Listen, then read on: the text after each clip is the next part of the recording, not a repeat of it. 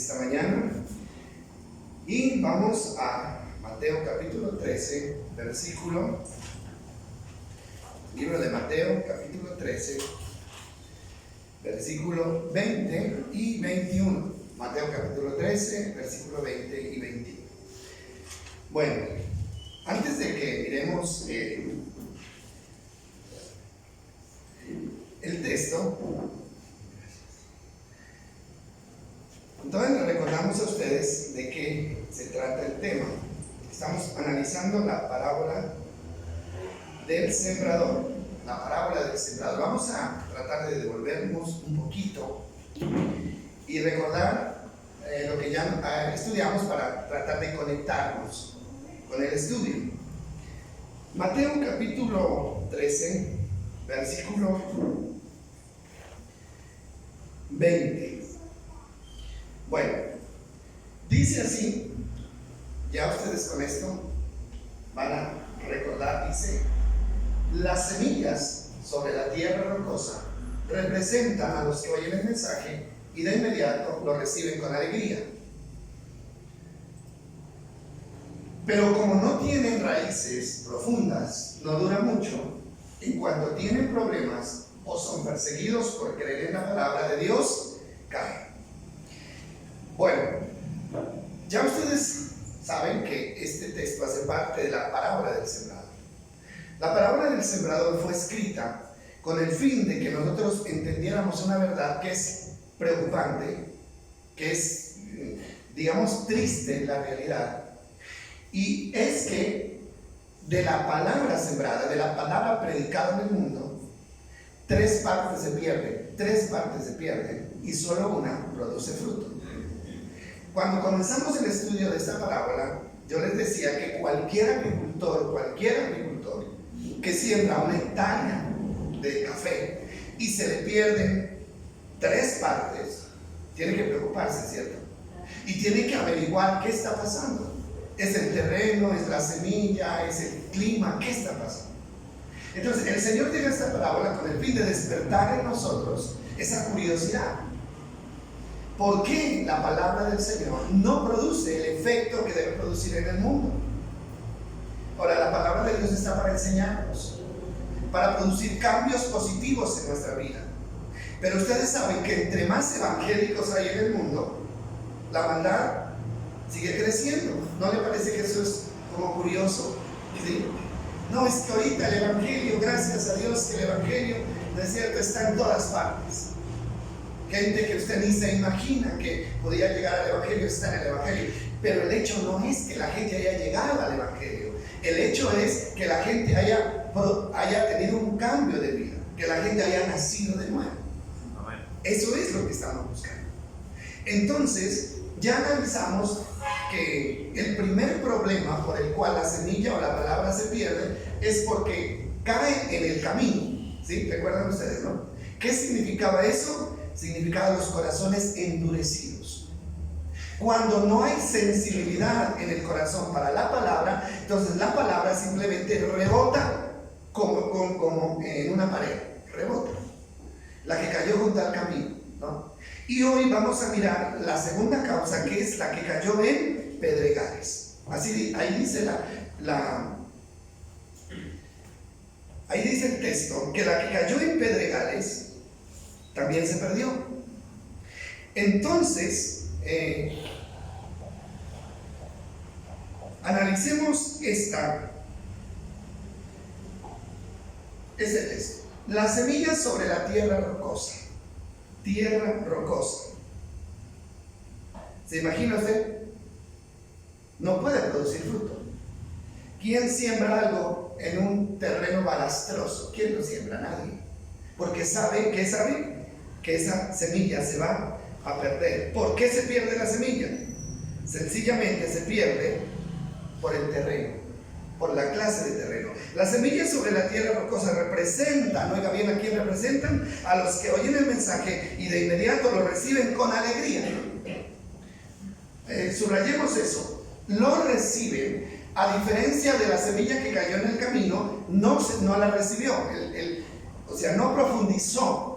Quedó en la superficie y vino el malo y la arrebató. Esta alcanzó a entrar en el terreno, alcanzó a penetrar y alcanzó a germinar, pero igual se secó y se perdió por una sencilla razón, y era que no tenía que, versículo 21, pero como no tenía raíces profundas, no duró mucho. En cuanto tienen, dice, problemas o son perseguidos por creer en la palabra de Dios, caen. Y eso es lo que vamos a determinar esta mañana. Bien, la razón aquí por la que se pierde la semilla es que no hay profundidad suficiente. No ha hecho raíces profundas. Entonces la clave aquí, ¿cuál es? Profundizar. La clave es profundizar. Y cuando habla de profundizar, ¿en qué estamos? O sea, ¿de qué estamos hablando ahí? No estamos hablando de profundizar, bueno, en cualquier tema. Estamos hablando de profundizar en el estudio de la palabra de Dios, porque aquí estamos hablando de una semilla que representa ¿qué? La palabra de Dios. Entonces, profundizar en la palabra de Dios. ¿A quiénes representa?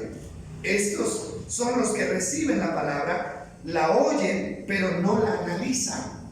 Así de sencillo, la oyen, pero no la analizan, y esa palabra se queda en la superficie. No la analizan. ¿Qué significa analizar? Significa ¿qué? Profundizar, ¿no? Significa examinar minuciosamente el significado de la palabra. Cuando usted analiza, cuando usted escudriña, usted está ¿qué? Profundizando. Y entre más se profundiza, más posibilidades hay de encontrar ¿qué? La raíz, que es el origen de la palabra, ¿sí? Nosotros, en el estudio del viernes que estuvimos analizando algo muy importante, ¿no? Y es que el que da la palabra inicialmente, o sea, el origen de la palabra está en ¿quién? ¿Te acuerdas? En Dios el Padre, ¿cierto? Dios el Padre es de quien se origina la palabra. Luego viene ¿quién? El Hijo. Y el Hijo dice: yo no vine a decir lo que está en mi mente ni en mi corazón. Yo vine a decir lo que el Padre me dijo que dijera. Lo que yo aprendí del Padre, eso es lo que les estoy enseñando. Miren que hay una cadena, ¿cierto? Hay una cadena. El Padre da la palabra, luego el Hijo aprende del Padre, y luego el Padre ¿qué hace? El Hijo ¿qué hace? Les enseña a los apóstoles la palabra. Entre los apóstoles está el apóstol Pablo, ¿no? Luego el apóstol Pablo ¿qué hace? Le enseña a Timoteo, y luego le dice a Timoteo: te encargo que enseñes esto a hombres fieles, que sean capaces también de enseñar a quienes, a otros. Entonces es una cadena que se va atando con eslabones, ¿no? Pero ¿sabe qué es lo importante? Yo les decía, ¿cuál es el buen maestro de la palabra? ¿Cuál es el buen maestro de la palabra? El buen maestro de la palabra es el que es fiel al mensaje original, ¿cierto? El que analiza la raíz, el que analiza de dónde vino, para determinar que no se puede equivocar. Y eso es lo que nos hace falta ahora. ¿Cómo voy a ser fiel a un mensaje si no sé de dónde viene? Si no estoy analizando, si no soy fiel al que lo dio. Entonces, aquí el asunto es profundizar, es analizar la palabra para que no se quede en la superficie. Ahora, ¿qué son las superficies? La superficie, una de las superficies son las emociones. Las emociones. Cuando una persona solamente recibe la palabra en las emociones, es como comer sin haber masticado. Es como tragar sin masticar. No sirve de nada. No aprovecha, ¿sí? ¿Y qué dice? Dice, el siguiente versículo dice, pero como no tiene raíz profunda, no dura mucho. Aunque la reciban como con gozo, aunque la reciban con mucha alegría y con mucho gozo. Ahora, muchos, usted sabe eso y eso es verdad, muchas personas quedan encantadas con los mensajes, ¿no? Y yo he escuchado a muchos decir, qué palabra tan buena. ¿Usted no lo ha dicho alguna vez? Bueno, sí, se puede recibirlo. Qué palabra tan buena, y aplauden, ¿no? Y cada que ellos piensan que el predicador tiene un acierto con lo que dice, entonces aplausos y aleluyas y gloria a Dios para el predicador. Y luego que el predicador termina, lo felicitan: felicitaciones, pastor, qué palabra tan buena. ¿Sí? La recibieron con gozo, la recibieron con alegría, pero no hay ningún provecho para la vida práctica. No hay ningún provecho. O sea, simplemente es una emoción del momento, pero al salir, ¿qué dice? Se disipa. ¿Sabe por qué? Porque las emociones son así. Las emociones no duran, las emociones cambian de un momento a otro. Una persona puede estar llorando ahora y en un momentico puede estar, ¿qué? Riéndose. ¿Cierto que sí? Una persona puede estar triste en este momento y al momento siguiente puede estar, ¿qué? Contenta, porque así son las emociones. Y cuando se recibe la palabra y las emociones, entonces eso es lo que pasa. Yo la recibo con alegría, la recibo con gozo, la confirmo, la respaldo, estoy de acuerdo, pero después no me acuerdo de nada, porque se recibió ¿dónde? En las emociones. Vamos a mirar lo que dice Hebreos 6, capítulo 4, Hebreos 6, 4 y 5. Miremos lo que dice Hebreos 6, 4 y 5. ¿Qué estamos haciendo esta mañana? Estamos profundizando en la palabra. Estamos profundizando. Pues yo estoy dirigiendo, pero usted está ahí también haciendo el mismo trabajo. Hebreos capítulo 6, versículo 4 y 5. ¿Qué dice? Oiga bien lo que dice. Pues es imposible. A ver, espérenme un ratico.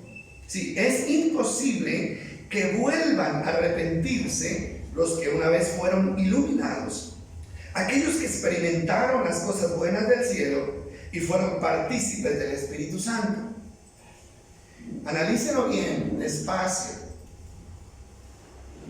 Versículo 5 dice que saborearon, oiga bien lo que dice, que saborearon la buena palabra o la bondad de la palabra de Dios y el poder del mundo venidero.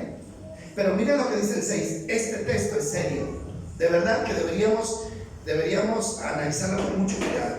Versículo 6 dice: y luego se alejan de Dios. Es imposible lograr que esas personas vuelvan a arrepentirse al rechazar al Hijo de Dios. Ellos mismos lo clavan otra vez en la cruz y lo exponen a la vergüenza pública. Bueno, ¿cómo entendemos nosotros esta palabra? ¿Sí?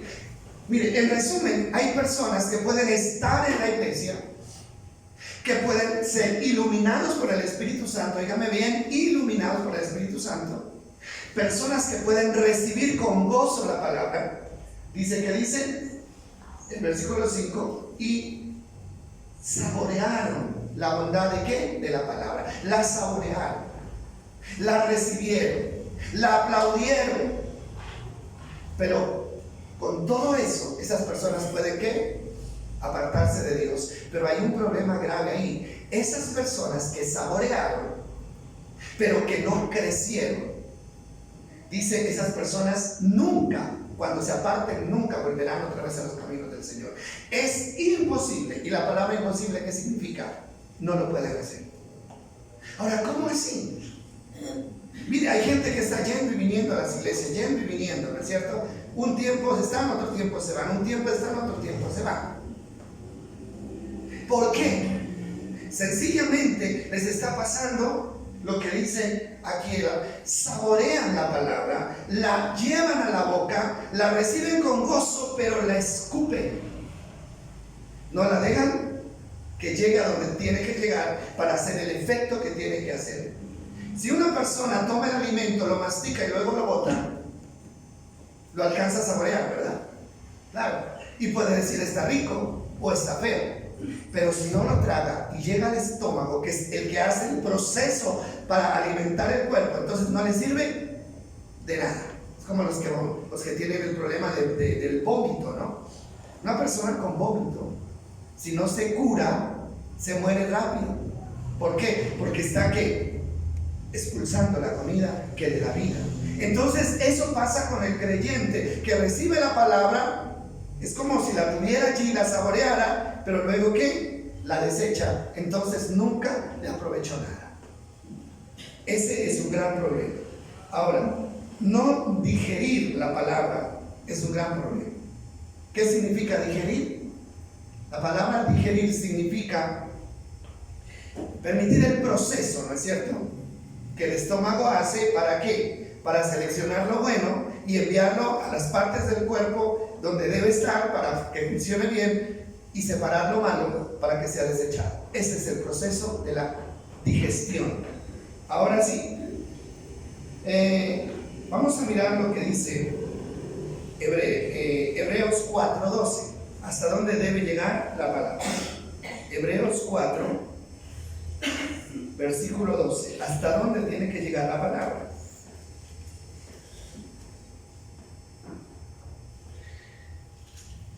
Pues la palabra de Dios es viva y poderosa, y es más cortante que cualquier espada de dos filos. Penetra entre el alma y el espíritu, entra entre las articulaciones y la médula del hueso, y deja al descubierto nuestros pensamientos y deseos más íntimos. ¿Hasta dónde necesita llegar la palabra? Necesita llegar hasta los tuétanos, hasta la médula de los huesos, para que pueda producir ¿qué? El efecto. Pero si la palabra encuentra resistencia, pero si la palabra se encuentra con una roca, pero si la palabra es devuelta, entonces no puede producir nada, absolutamente nada. Y ahí entonces le damos la razón a Jesús cuando escribe la parábola del sembrador, porque 3 partes se pierden y solo una es aprovechada. Esto es muy complicado. Por eso esta parábola del sembrador es una de las mejores parábolas que existe para entender esta realidad. Bueno, entonces la palabra que solo toca emociones nunca dará firmeza, ni dará estabilidad. No tenía raíz, es la conclusión. Por lo tanto, ¿qué dice? Se secó. No tenía raíz, por lo tanto se secó. La raíz es lo que permite al árbol alimentarse. Ustedes saben eso, ¿verdad? Como buenos campesinos que somos, nosotros sabemos que si hay un problema en la raíz, no hay nada. La raíz permite al árbol alimentarse, pero también le permite firmeza al árbol.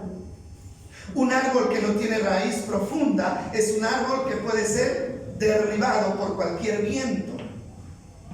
El árbol es fuerte dependiendo de la profundidad que tiene la raíz.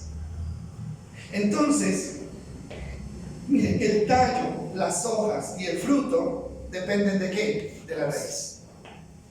De la raíz. Un árbol puede crecer muy bonito. De hecho, hay árboles que crecen muy bonitos, frondosos, ¿no es cierto? Pero como la raíz está mala, ¿qué pasa?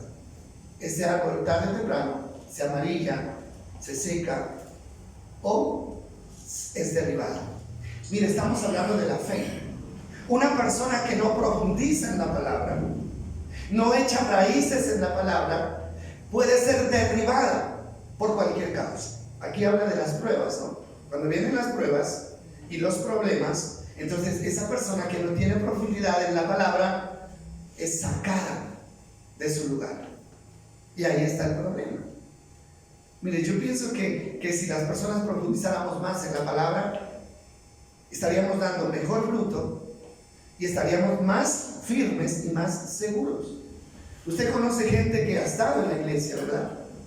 Que ha hecho un compromiso con Dios, pero hoy usted los ve en el mundo. Y usted les pregunta por qué, y ¿qué le dicen? No, lo que pasa es que yo pensé, ¿no es cierto?, que eso era diferente.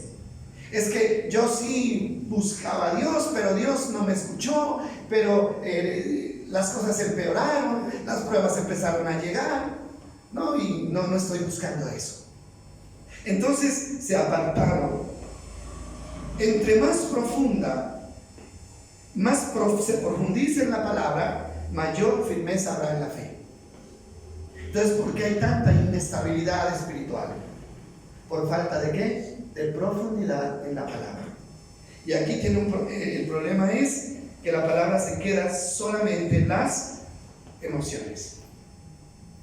Mire, aquí Pedro, nosotros leímos el apóstol Pedro, ya lo leímos, que dice que es imposible que las personas vuelvan otra vez a arrepentirse y a convertirse de verdad.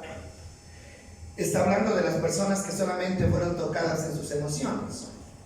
Y yo les comentaba ayer que miraba una conclusión de alguien que hablaba estaba buscando un tema que me ayuda a entender lo que tiene que ver con la Biblia y las emociones, ¿no? Y encontré algo que me llamó la atención, y él decía que las emociones, o sea, cuando la palabra solo queda en las emociones, es muy peligroso. Decía, hoy los creyentes están siendo vacunados con emocionalismo, ¿no? Y yo podía entender lo que dice el apóstol Pedro. ¿Por qué razón? Porque hoy en día, en la mayoría de las iglesias, solamente se está buscando tocar las emociones, ¿cierto? Se está buscando tocar las emociones. Y estaba yo mirando unos videos de muchas iglesias en el mundo, en todas partes. Por ejemplo, si usted mira la reacción de las iglesias en la India, en los Estados Unidos, en República Dominicana, se da cuenta de que las reuniones son un show simplemente, ¿sí? Y es impresionante ver cosas que a uno lo deja sorprendido de lo que hace la gente dentro de los templos, ¿sí? Entonces, como todo, absolutamente todo se prepara para tocar las emociones de las personas. El diccionario define la palabra emoción como alteración del ánimo producido por un sentimiento. Eso es una emoción, la alteración del ánimo producida por un sentimiento. ¿Qué está haciendo la gente hoy en las iglesias? Están dotando las iglesias de muchos elementos que tocan las emociones de las personas. Por ejemplo, están instalando luces en las iglesias, diferentes tipos de luces, ¿no? Lo que hacen en las discotecas. Ustedes han visto eso, ¿verdad?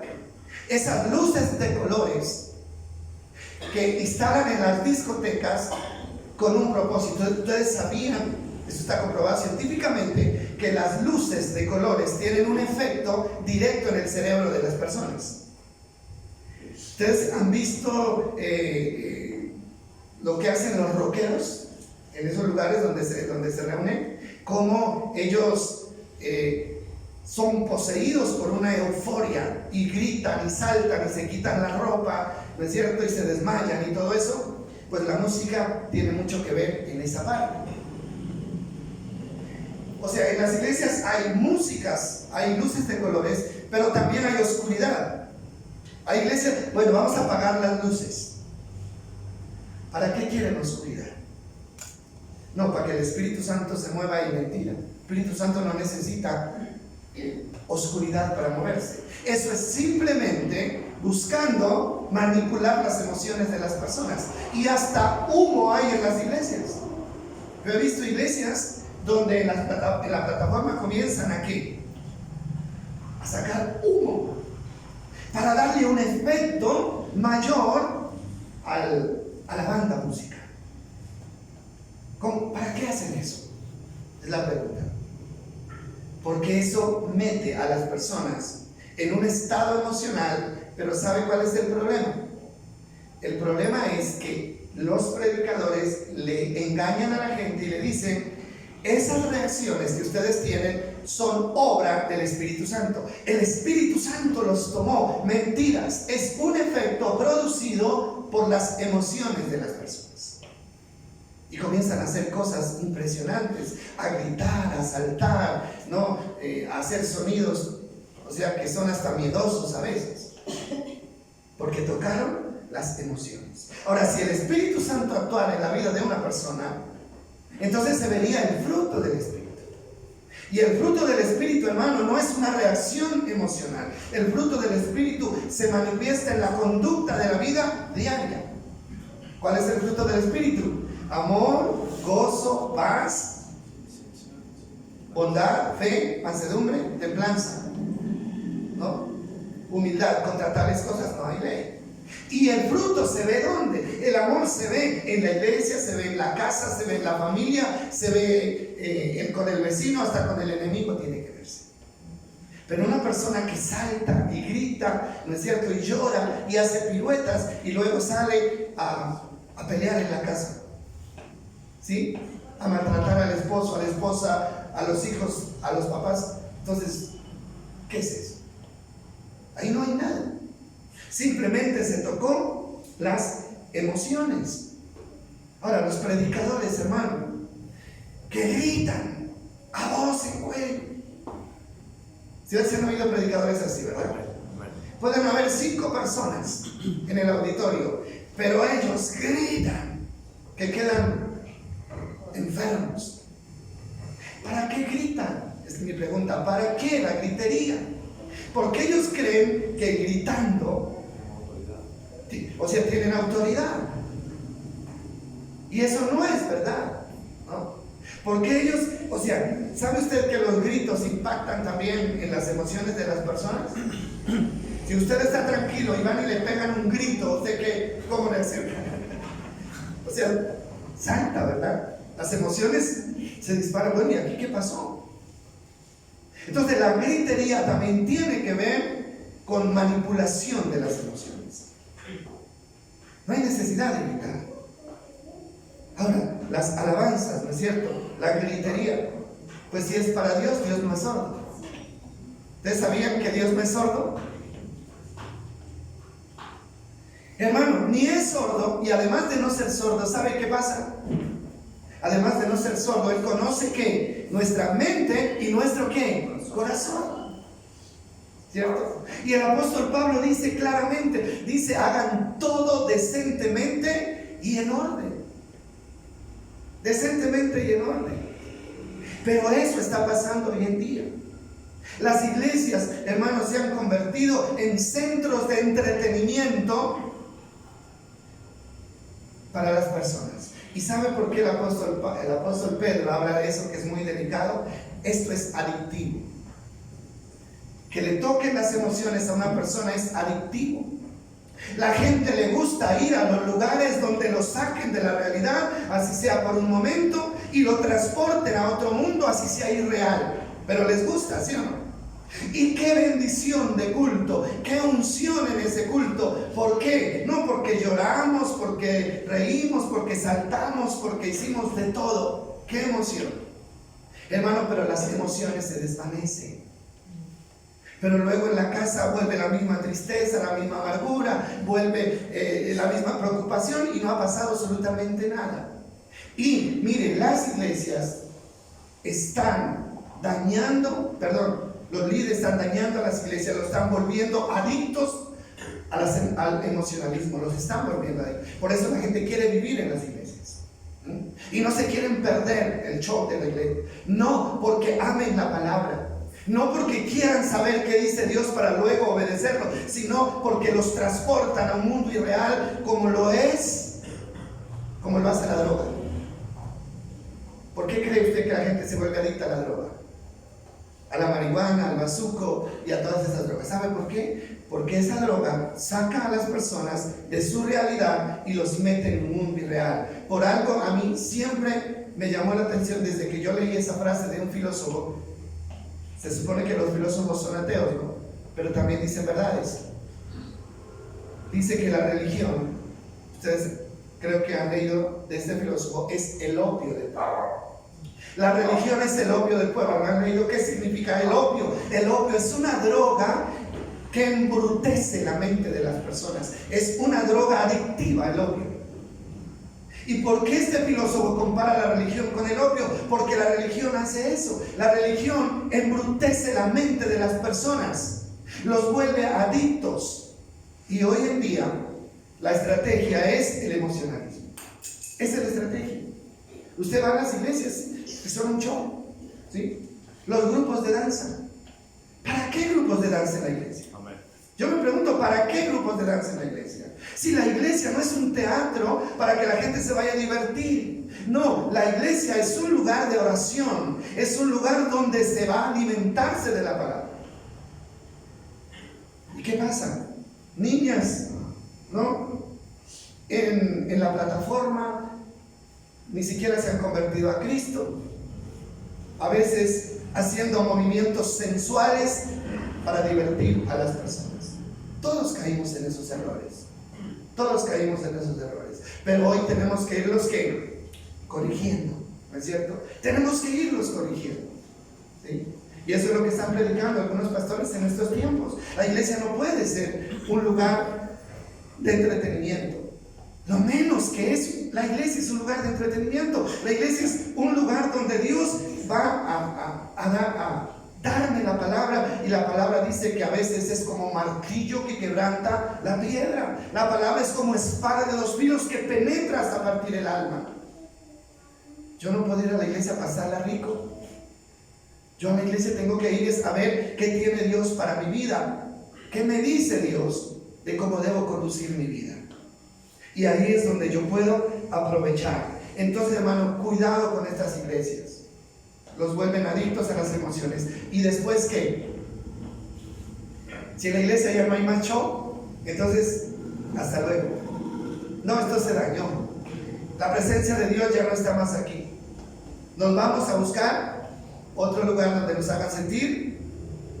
Aún la música en las iglesias. ¿Por qué se hace tanto énfasis en la música de las iglesias, hermano? ¿Por qué el grupo de alabanza es más importante que el mismo pastor y la misma predicación? ¿Por qué? Porque la música está hecha para tocar emociones. La música está hecha para tocar emociones. Mire, si a usted le colocan un tema alegre, tropical, ¿cierto? ¿Qué hace usted inmediatamente? Se olvida de la tristeza y comienza que algo mueve, así sea el hombro, pero lo mueve. Inconscientemente lo mueve, o mueve el pie, pero algo mueve, porque esa música influye directamente. Pero si le tocan una bien triste, cambia de la alegría a la tristeza, inmediatamente se pone triste, melancólico, y hasta se pone a llorar. ¿Pero por qué estamos llorando? ¿Por qué estamos llorando si no hay motivos? La música lo impactó al punto de que lo hizo llorar. Hermano, y eso es lo que pasa. Y la letra lo devuelve a uno, le recuerda sus vivencias, sus viejos amores, y le impacta. Hermano, por eso, mire, aquí una cosa que nosotros hacemos y hemos caído es música de alabanza, música de adoración. La música de alabanza entonces despierta, ¿no?, a la persona, y la música de adoración lo pone ¿qué? Melancólico, ¿sí? Yo no he visto a nadie llorando con las alabanzas, con las canciones, con música. No, casi la gente no llora, pero la gente sí comienza a llorar con la música ¿qué? De adoración. Pastor, a veces sí, uno que hay unas alabanzas. Puede ser, Sí. puede ser. A mí me ha pasado eso, pastor. No, sí, o sea, uno cantando puede llorar, Sí. puede quebrantarse, ¿no es cierto? Pero no se le olvide una cosa, es el efecto de la música, es el efecto de la música, ¿sí? Porque nosotros somos seres humanos y somos emocionales por naturaleza. Emoción, que significa alteración del ánimo producido por un sentimiento. Mire, cuando a usted le tocan los sentimientos, por alguna razón, entonces usted ¿qué hace? Reacciona. Usted reacciona. Entonces, la música es importante porque Dios la creó. Pero Dios creó la música. ¿Para quién creó la música Dios? Para Él mismo, ¿no? Para que lo alabaran a Él, para que lo adoraran a Él.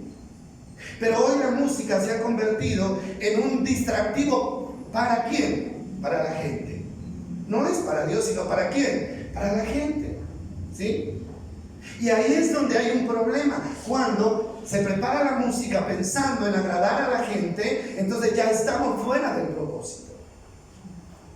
Y ya decíamos anoche que es triste que la mayoría de los cantantes cristianos hoy en día, ¿no?, se volvieron, o sea, hicieron de la música una fuente de ganancia, ¿sí?, como la música secular. La música cristiana tomó tanta fuerza en el mundo que ya los cantantes se van por el lado de ¿qué? De la ganancia. Como cualquier cantante. Un cantante de música cristiana está cobrando lo mismo que cobra un cantante de la música mundana, ¿sí?, por el show. Y la gente va a esos conciertos. Y la gente puede pagar cualquier cantidad de dinero. Millones pagan por ir a los conciertos. Millones por cada boleto. 500, 600, 800, dependiendo del lugar donde se vayan a acomodar. Ahora yo pregunto, ¿cuánto paga una persona por ir a un estudio bíblico? ¿Será que pagan lo mismo? ¿Por qué? Esa es la pregunta. Si es la profundidad de la palabra la que nos da ¿qué? Estabilidad. Y lo otro es simplemente emoción. Necesitamos nosotros, bueno, las emociones son necesarias, ¿no? Hacen parte de los seres humanos. Dios nos creó con emociones, porque sin emociones seríamos como árboles secos. Sin emociones seríamos como una pared, ¿no es cierto? No podríamos llorar, no podríamos reír, nunca disfrutaríamos de nada, sin emociones. Ahora, las emociones son necesarias, pero hay un problema, y es que cuando las emociones o cuando nuestra práctica cristiana, nuestra fe se basa en las emociones, ahí se hay un problema. Porque comenzamos a ser ¿qué? Inestables. Un día arriba, otro día abajo, así como son las emociones, ¿no? Un día contentos, un día tristes. Un día cantando, otro día llorando. Y en la vida cristiana no podemos ser así. Nosotros tenemos que ser fuertes y seguir derecho, pase lo que pase en nuestra vida. Entonces, además de emociones, Dios también nos dio intelecto. ¿Saben lo que significa la palabra intelecto? Significa facultad de la mente que permite aprender, que permite entender, que permite razonar, que permite tomar decisiones y formarse una idea determinada de la realidad. Qué bonito, ¿cierto? Entonces, además de darnos emociones para que estemos vivos, para que podamos reaccionar a las diferentes circunstancias, Dios nos dio ¿qué? Intelecto, capacidad de ¿qué? De aprender, de entender, de razonar, para formarnos ideas de la realidad. Ahora, ¿qué es lo que tenemos que hacer? A las emociones tenemos que ponerle ¿qué? Razonamiento, ¿sí? Es que el problema de las emociones es grave. Ahora, las emociones son así. Si usted ve llorar a alguien, usted de pronto se pone a llorar, ¿cierto? Se pone a llorar. O si usted escucha a una persona reírse, a carcajadas, ¿qué hace usted? Se ríe también. Y ni siquiera sabe por qué llora la otra persona. O ni siquiera sabe por qué. Simplemente reacciona porque es una emoción. Es lo que pasa con los que lloran viendo las novelas, ¿cierto? O viendo las películas, ¿no? ¿Cuántos han llorado viendo una novela? Levanten la mano. Pero se da, ¿sí o no? Se da, aún sabiendo que eso es mentira, aún sabiendo que son actores, ¿no es cierto? Que montaron una película de una historia ficticia, pero al ver llorar, lloramos. Al ver reír, reímos. Y ese es el problema. Entonces, miren, no podemos dejarnos mover solo por las emociones. Hay pastores, hermanos, que toman el púlpito y comienzan a gemir. ¿Se dan cuenta? Comienzan a gemir. Y gimen de una manera lastimera. ¿Qué hacen las demás? ¿Ah? O gritan. Lo que decíamos ahora, ¿no? Hay tres personas y se desbaratan gritando, ¿no es cierto? Pensando que con eso van a lograr más. No, ¿sí? Hay gente que llora en el púlpito, y yo creo que por un rabito del ojo, están mirando a ver a quién están haciendo llorar. Y si los hacen llorar, entonces, gloria a Dios, lo logramos. Pero si nadie llora, entonces se siente como un fracaso. Hermano, no es para eso. ¿Sí? No es para eso. Entonces, todo eso tiene tiene que ver solo con las emociones. Vamos a mirar lo que dice Lucas 6:46. Lucas capítulo 6, versículo 46. Este texto es muy bonito.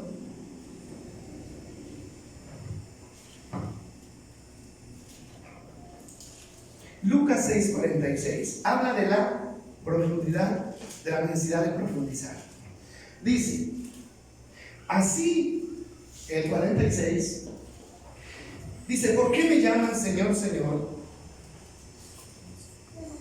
Así que, ¿por qué me siguen llamando Señor, Señor, cuando no hacen lo que yo digo? Es el encabezado del texto. Les mostraré cómo es cuando una persona viene a mí, oiga bien lo que dice, escucha mi enseñanza y después la sigue. ¿Cómo es? 48. Es como una persona que para construir una casa cava, ¿qué dice? Hondo. Y echa los cimientos sobre la roca sólida. Cuando suben las aguas y la inundación golpea contra esa casa, esta queda intacta porque está bien, ¿qué dice? Construida. ¿De qué está hablando aquí? Esta no es una lección de arquitectura. Esta es una referencia a la palabra. Los que oyen mi palabra, los que escuchan mi palabra, los que profundizan en mi palabra, tendrán una ventaja. ¿Y es cuál? Que tendrán estabilidad en su vida espiritual. Cuando construyan su fe, esta fe será estable, será tan fuerte que vendrán los vientos, que vendrán inundaciones, que golpearán sobre esta persona, pero esa persona quedará ¿qué? Firme, quedará firme. Entonces dice el versículo 48, dice, cavó y ¿qué más? ¿Cuál es el término ahí? Cavó y hondó. Cavó y hondó. ¿Qué es lo más inteligente cuando vamos a construir una casa? ¿No? Cavar ¿hasta dónde? Hasta encontrar tierra firme. Eso lo sabemos todos. Aunque hay personas que no lo saben y cometen el error de ¿qué? De echar las bases sin haber encontrado ¿qué pasa con esa casa? Se va a caer, se va a agrietar, se va a perder. Entonces, ¿qué nos está diciendo acá? Entre más profundice, entre más cabe, entre más investigue en la palabra, mayor firmeza tendrá en su vida cristiana, en su vida espiritual. Pero dice el versículo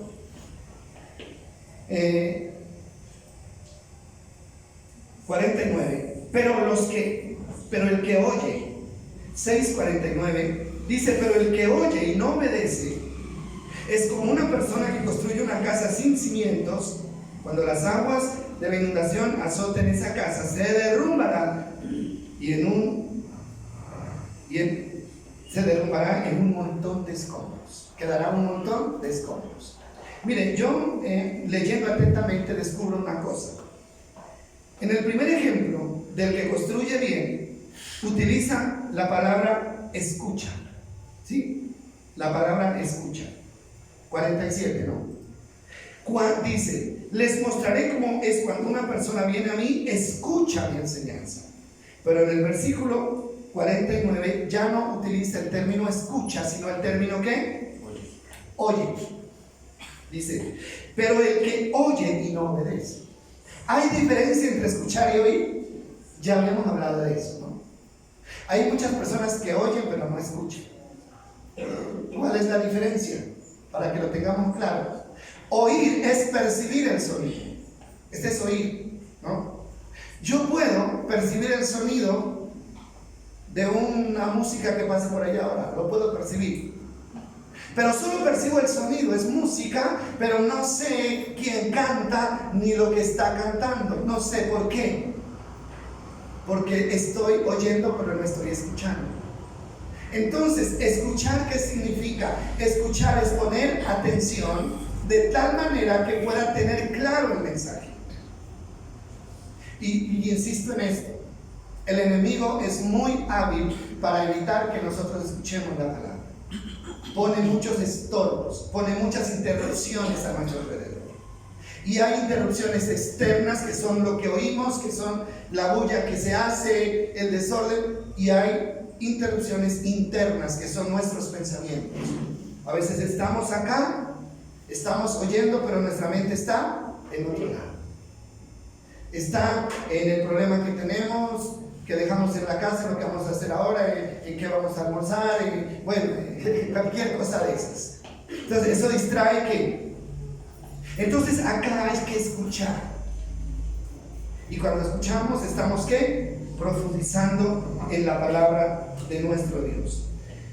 Muy bien. Entonces vamos a mirar otra cosa importante acá. Primera de Corintios 14 y 15. Primera de Corintios 14 y 15.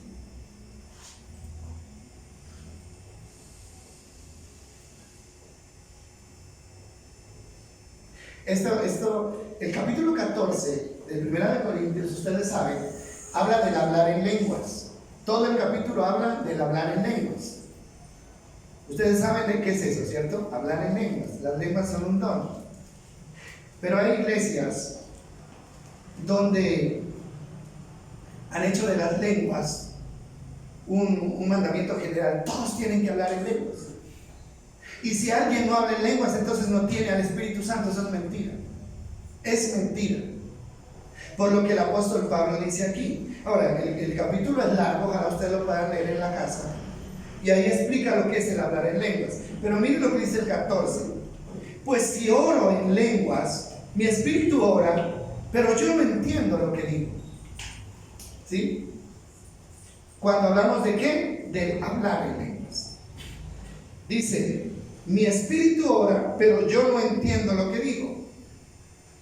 Versículo 15, ¿qué debo hacer? Entonces, oraré en el espíritu, sí, hay que orar en el espíritu. Y también oraré con palabras que entiendan. Dice, cantaré en el espíritu y también cantaré con palabras que entiendo. ¿Qué hay allí? Hay un juego entre las emociones y ¿qué? El intelecto. Usted no puede actuar, ni orar, ni cantar en las emociones simplemente. No puede, no debe.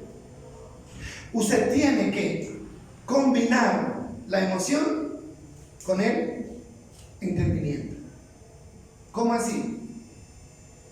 Bueno, si a mí me dicen que tengo que llorar, entonces yo puedo llorar si quiero, ¿no?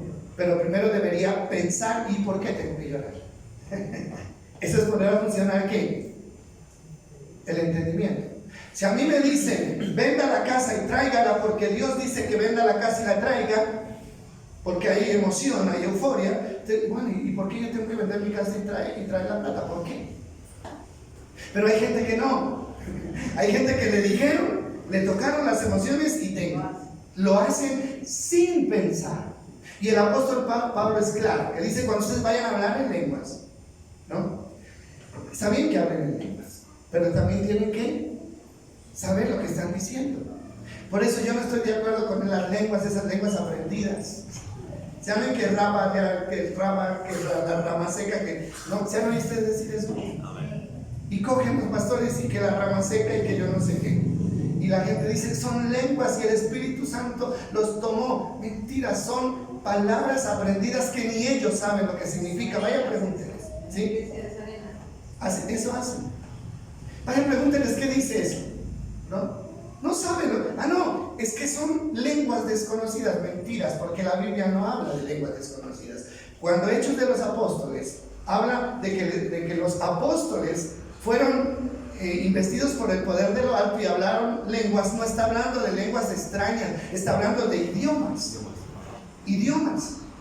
¿no? Porque ahí habían más de 15 lugares representados ahí y cada uno tenía una lengua diferente, partos, medos, elamitas, que tenían lenguas distintas. Y cuando el Espíritu Santo tomó a los apóstoles, dice que el mensaje que ellos dieron, todos los otros entendieron el mensaje. No estamos hablando de trabar la lengua para decir que el Espíritu Santo me tomó. Y eso es lo que hace la gente hoy en día. Eso es lo que hace. Y hacen unos escándalos de Padre y Señor. Y todo el mundo feliz. Oye, el Espíritu Santo estuvo aquí porque hablamos en lenguas. ¿Cuál lengua? Dice el apóstol, si usted habla en lenguas, debe saber lo que habló. Es lo que dice acá, ¿no?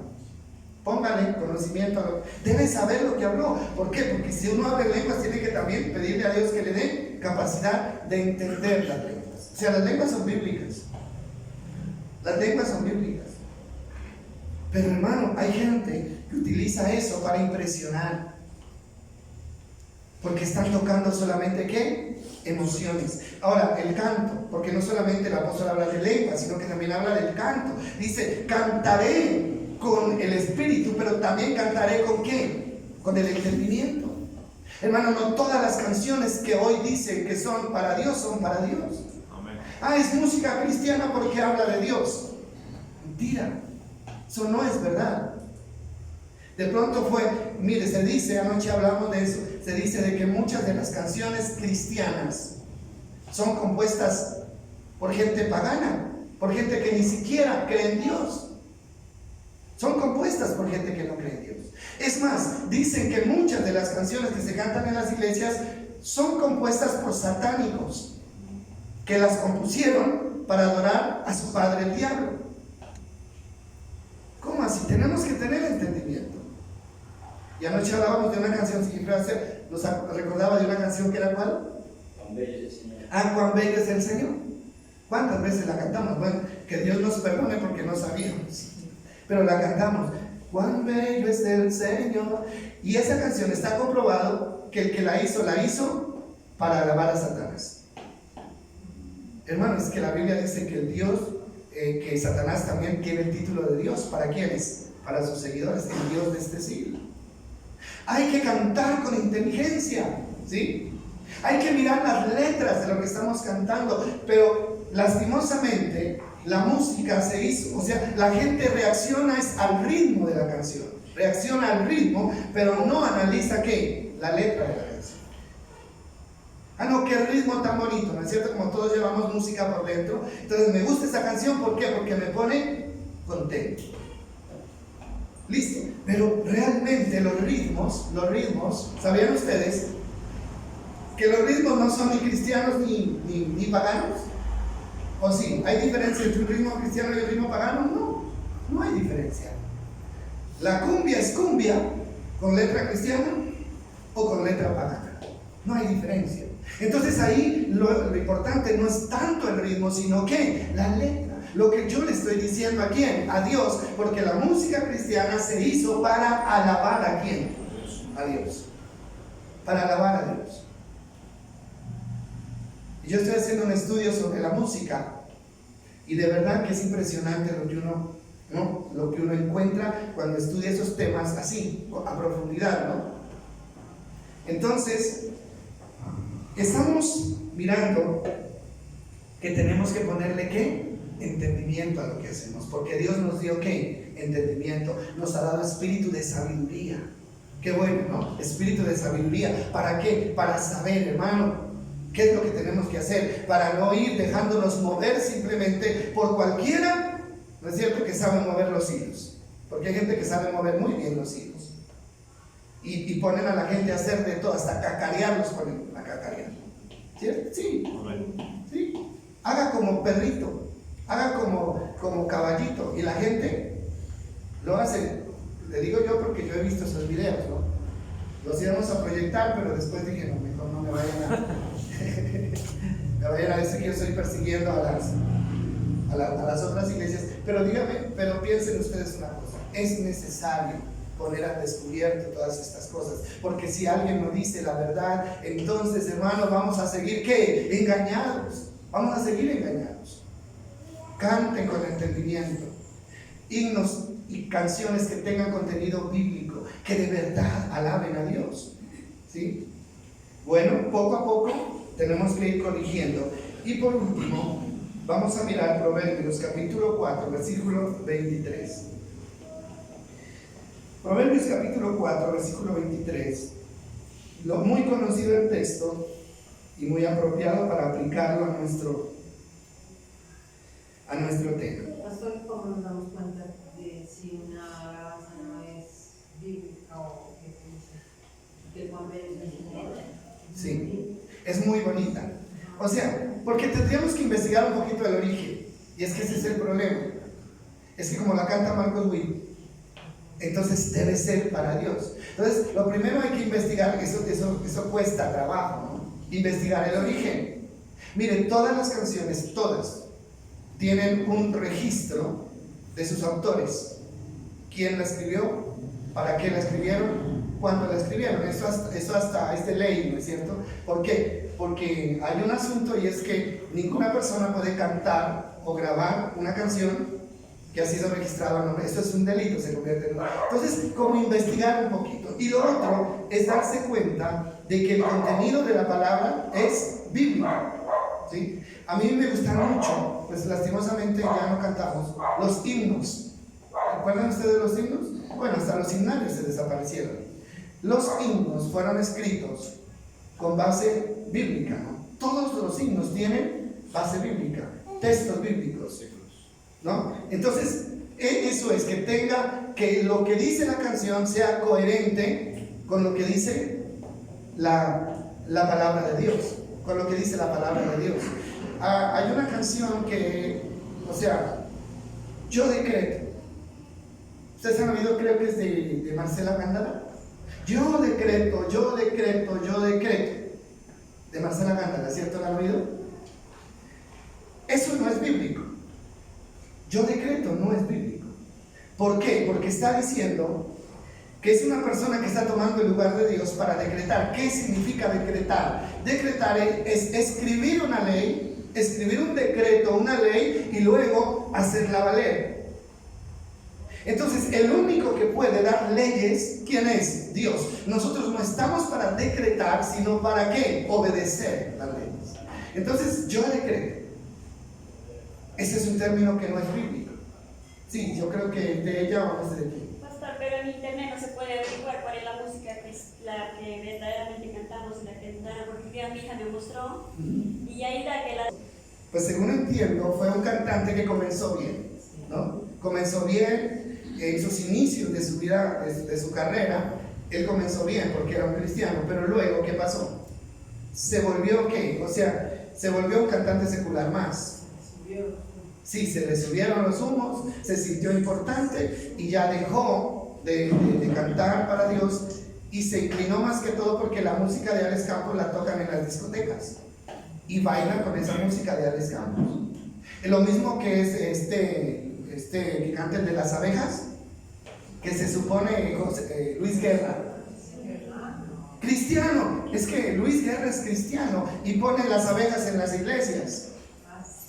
En la iglesia pone la abeja o las abejas, yo no sé cómo se llama, y la gente encantada bailando salsa en las iglesias. ¿Por qué? Porque la música es de Luis Guerra, que tiene el título cristiano. Mentiras, eso no es verdad. Eso no es verdad. ¿Cómo? O sea, va a funcionar una canción que ha sido para Dios, va a funcionar en una discoteca para que la gente se divierta. Hay manes a que darle gusto a qué, a la carne, no al espíritu. Entonces sí se puede, pero uno no puede confiarse mucho del internet. ¿Por qué? Porque a veces hay comentarios en el internet que los hacen malintencionados, simplemente para dañar el testimonio de una persona que sí es, ¿no?, ungida de Dios. Pero por eso uno tiene que tener como la sabiduría. La sabiduría. Sí, el internet es bueno, nos llena de información real, pero también nos puede llenar de información que no es real. Si lo sacan hasta con cacho, lo sacan ahí. Bueno, eso ya es exagerado, ¿no? Yo pienso que es exagerado, ¿sí? Pero cuando eso pasa, ya le siembran la duda a uno, ¿cierto? Le siembran la duda a uno, ¿sí? Y el asunto es que esto nos debe impulsar a investigar, a profundizar, ¿no? A no tragar entero. ¿Por qué? Porque así como en la enseñanza hay falsedad, también en la música hay falsedad. Entonces, mis amados, estamos en el tiempo del engaño. Y vendrán falsos maestros, falsos apóstoles, falsos cristos, y a muchos se engañarán. Ahora, si estamos frente al cumplimiento de esta profecía, nosotros no podemos cruzarnos de brazos. Tenemos que empezar a profundizar en la palabra, a darle valor a la palabra, que eso es lo que nos va a dar, ¿qué? Estabilidad. Entonces, mis amados, el último texto es Proverbios. Leámoslo y terminamos. Proverbios 4:23. Dice esta versión: sobre todas las cosas, cuida tu corazón, porque este determina el rumbo de tu vida. Voy a leerlo en otra versión, a ver qué dice. Lenguaje actual. Sobre todas las cosas, cuida tu mente, porque ella es la fuente de la vida. Otra versión por ahí, latinoamericana. Primero que nada, vigila tu corazón, porque en él está la fuente de la vida. ¿Qué significa esto? ¿No? Corazón, sentimientos. Corazón, emociones. ¿Qué tenemos que nosotros hacer? Cuidar. ¿Qué es lo que se queda en nuestra mente y qué es lo que se queda en nuestro corazón? ¿Sí? Cuídenlo. En fin, el corazón es como el recipiente donde se guarda todo, ¿no es cierto? Y cuando usted vaya a sacar algo, lo saca de allí, del corazón. Y la Biblia dice, es del corazón que el hombre saca las cosas buenas y las cosas malas.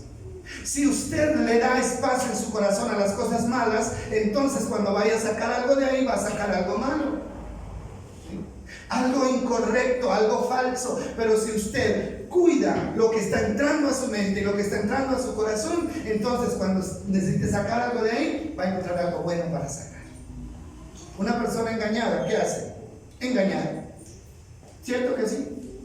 Una persona que recibe una enseñanza mentirosa, va y la comparte con otro, pues está siguiendo la cadena. Pero una persona que conoce la verdad, que retiene la verdad, va a poder enseñar también la verdad. Entonces yo los animo mucho a que profundicemos en la palabra, a que le demos prioridad a la palabra. ¿Sí? No importa que de pronto no tengamos mucha preparación, pero si usted tiene voluntad, Dios conoce su deseo y el Espíritu Santo lo va a iluminar. Aunque si tiene la oportunidad, hermano, de estudiar, de adquirir herramientas para estudiar la Biblia, hágalo.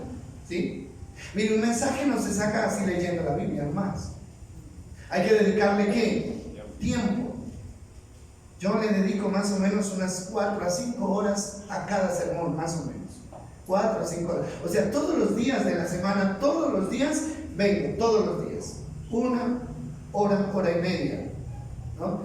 En la primera hora yo creo que tengo la idea clara, pero vengo a la segunda y digo, no, esto hay que corregirlo, esto no es así. Y utilizo comentarios bíblicos, utilizo diccionarios bíblicos, utilizo concordancias bíblicas, utilizo 5 versiones diferentes de la Biblia para poder tener, ¿qué? La información correcta, porque yo no quiero cometer el error de informar mal, de guiar mal, porque Dios me va a cobrar eso. Dios me lo va a cobrar. Pero eso no debe ser privilegio solamente de nosotros.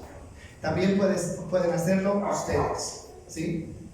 Ahorita tenemos un problema grave, y yo lo considero un problema, y es que ya las herramientas de estudio bíblico no se consiguen. No se consiguen. Antes las vendían impresas en físico, ahora ya no se consiguen. Y si usted va a conseguir una Biblia de estudio, tiene que tener plata para comprarla. 400, 500, 600 mil pesos, ¿no? Pero vale la pena, ¿sí o no? Vale la pena. Y a propósito, pues nosotros iniciamos la semana pasada un curso de interpretación bíblica para los que quieran asistir los viernes a las 7 de la noche. Solamente cómo estudiar la Biblia, Ahí no vamos a dar sermones, ¿no? Vamos a aprender cómo estudiar la Biblia, cómo elaborar un bosquejo, cómo sacar un tema sin equivocarnos. Viernes a las 7 de la noche, ya comenzamos, tuvimos 9 personas estudiando. Ojalá que esas 9 persistan y que sean de pronto más, ¿no? Aquí lo hacemos, ¿no? Entonces, hermanos, cuando uno trata de estudiar, no se da cuenta de que, con razón, ¿no? Con lo que yo estoy haciendo, con razón, me va a demorar siglos en entender. Pero cuando uno comienza a utilizar las herramientas, sabe, es como si a usted lo ponen a paliar y no le dan pala. Vaya a paliar con las uñas. No, pero si le dan una pala bien amolada, entonces eso es otra cosa. Necesitamos buscar herramientas para poder estudiar, para poder entender. Bueno, entonces vamos a terminar dándole gracias a Dios por la palabra que nos ha dado y por todas las bendiciones que hemos recibido de Él. Inclinemos nuestro rostro por un momento. Señor, en esta mañana queremos agradecerte, Dios, porque nos has dado la riqueza más grande, el tesoro más grande que es tu palabra, Dios. Señor de los cielos, pero tu palabra dice que muchas veces hemos tenido este tesoro en vasos de barro, sin darle importancia. Pero ahora queremos darle importancia, Señor. Dios de los cielos, gracias por el tiempo que nos das, por las 24 horas del día, por los 7 días a la semana, con los que podemos contar. Y queremos de ese tiempo, Señor, sacar algo para poder conocerte más, Dios. Espíritu Santo, convéncenos de que es una necesidad en este tiempo para poder proteger, Señor, nuestra mente y nuestro corazón de influencias negativas que están dirigidas a torcer nuestro camino. En esta mañana, Dios, gracias por mis hermanos que llegaron a este lugar. Gracias por el respeto, Señor, que tienen por tu palabra. Gracias por la atención que están prestando a tu palabra. Yo sé que esto, Señor, se convertirá en una bendición para sus vidas. Ayúdanos a meditar y a seguir meditando en ella todo el tiempo. En el nombre de Jesús. Amén y amén.